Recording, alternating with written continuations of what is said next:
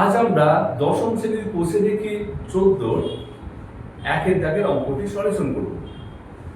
দেখো এখানে আমাদের এই অধ্যায়টি এই চ্যাপ্টারটি হচ্ছে অংশীদারি কারবার।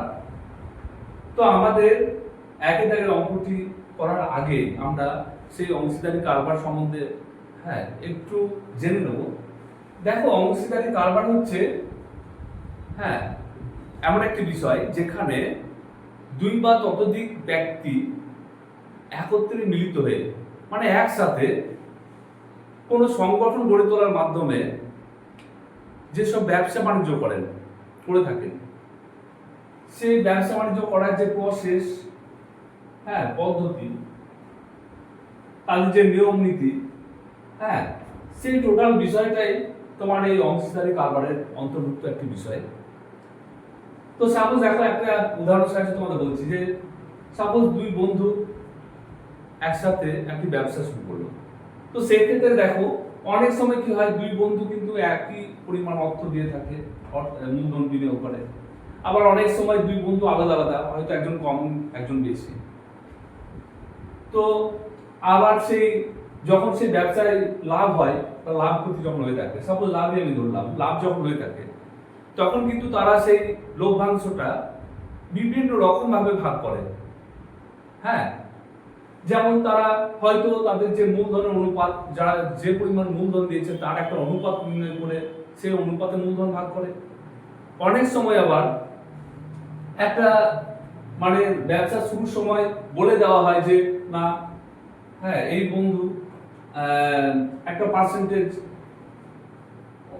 পার্সেন্টেজে তোমার লভ্যাংশটা পাবে, আবার অপর বন্ধুতে একটা পার্সেন্টেজে তোমার লভ্যাংশ পাবে। আবার অনেক সময় তোমার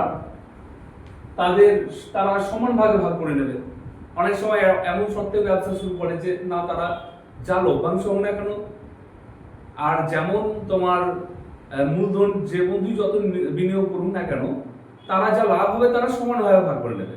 তো এরকম বিভিন্ন যে বিষয়, এই সব বিষয়গুলোই তোমার এই অংশীদারি কারবারের অন্তর্ভুক্ত বিষয়। তো আমরা আরো অনেক বিষয় রয়েছে যেগুলো আমরা বিভিন্ন অঙ্ক সলিউশন করার সময় আমরা সেগুলো চিহ্নিত করব এবং আমরা সেগুলোকে জেনে নেব। তো দেখো এখন আমরা একের দাগের অঙ্কটি সলিউশন করছি। আমি ও আমার বন্ধু মালা দুজনে যথাক্রমে 15,000 টাকা ও 25,000 টাকা মূলধন নিয়ে একটি ব্যবসা শুরু করলাম। এক বছরে 16,800 টাকা লাভ হলো। হিসাব করে দেখি আমরা কে কত টাকা লভ্যাংশ পাবো। দেখো এখানে দুই বন্ধু, এখানে যে অংশীদারি কারবার, এখানে দুই বন্ধু। আরেকটি বিষয় তোমাদের বলে নিই এই অঙ্কটা করার সময়, দেখো এখানে একজন বন্ধুর কথা কিন্তু বলছে না, একজনে কিন্তু টাকা বিনিয়োগ করছে না। এইরকম তোমরা প্রত্যেকটা অঙ্ক, এই যে অংশীদারি কারবার চ্যাপ্টারে প্রত্যেকটি অঙ্কের ক্ষেত্রে একজনকে পাবে না, সেক্ষেত্রে হয় দুজন বা তার বেশি ততোধিক ব্যক্তি কিন্তু এখানে থাকবে। তো দেখো আমি ও আমার বন্ধু মালা দুজনে যথাক্রমে 15,000 টাকা, যথাক্রমে কত অর্থ হচ্ছে প্রথম জনের মানে আমার হচ্ছে 15,000 টাকা আর আমার বন্ধুর হচ্ছে কত টাকা, মালার হচ্ছে 25,000 টাকা মূলধন নিয়ে একটি ব্যবসা শুরু করলাম। এবার এক বছরে কত টাকা লাভ হলো, এখানে 16,800 টাকা। হিসাব করে দেখি কে কত টাকা। আমি আগে অঙ্কটি করার আগে বলেছিলাম যে কোনো সময় হয়তো আমরা মূলধন অনুপাতে ভাগ করে নিই, টাকাটাকে ভাগ করে নেওয়া হয়। কোনো সময় হয়তো আবার পার্সেন্টেজ বলা থাকে যে না প্রথম বন্ধু এত পার্সেন্ট, দ্বিতীয় বন্ধু এত পার্সেন্ট, সেটা কিন্তু এখানে নেই।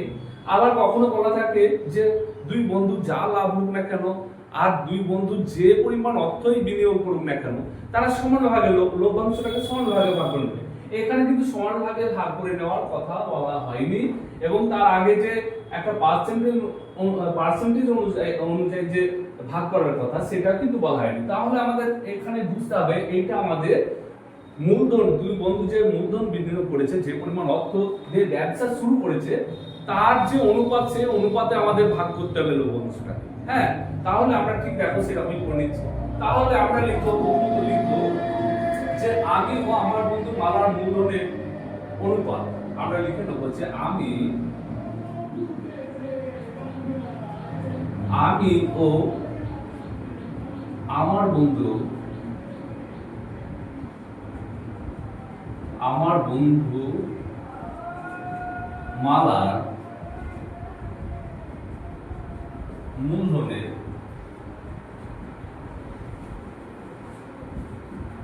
মূলধনের অনুপাত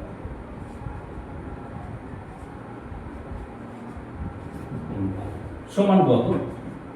দেখো এখানে 15,000, আমি হচ্ছে 15,000 ইস্টু 25,000।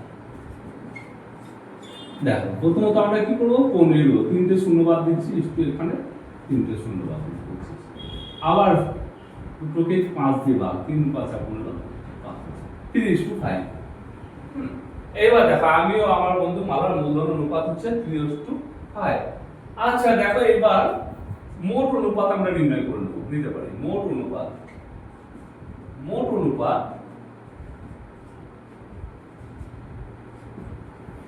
সমান কত হবে? 3 + 5 সমান হচ্ছে 8। হলো? এবার দেখো এক বছরে লাভ হয়েছে কত টাকা সেটা আমরা লিখে নেব, যে এক বছরে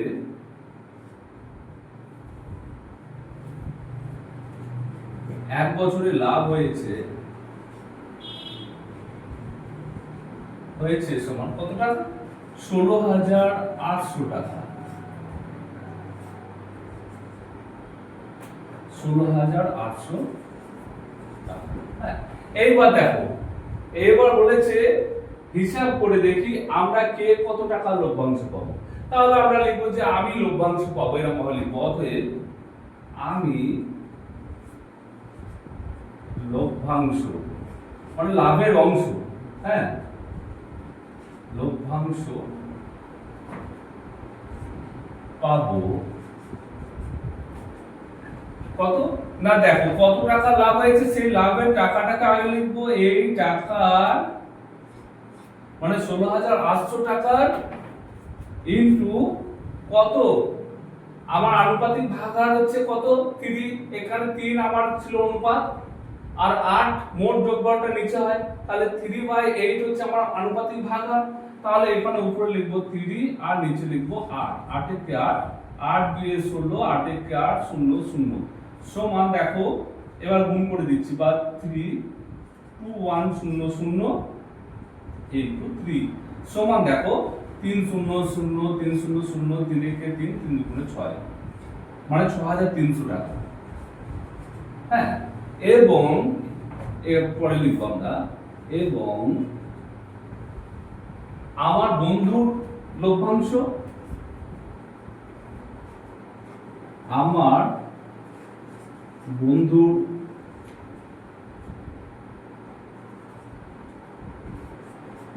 লভ্যাংশ সমান কত না 16,800 ইনটু, দেখো বন্ধুর আনুপাতিক ভাগ হচ্ছে 5/8।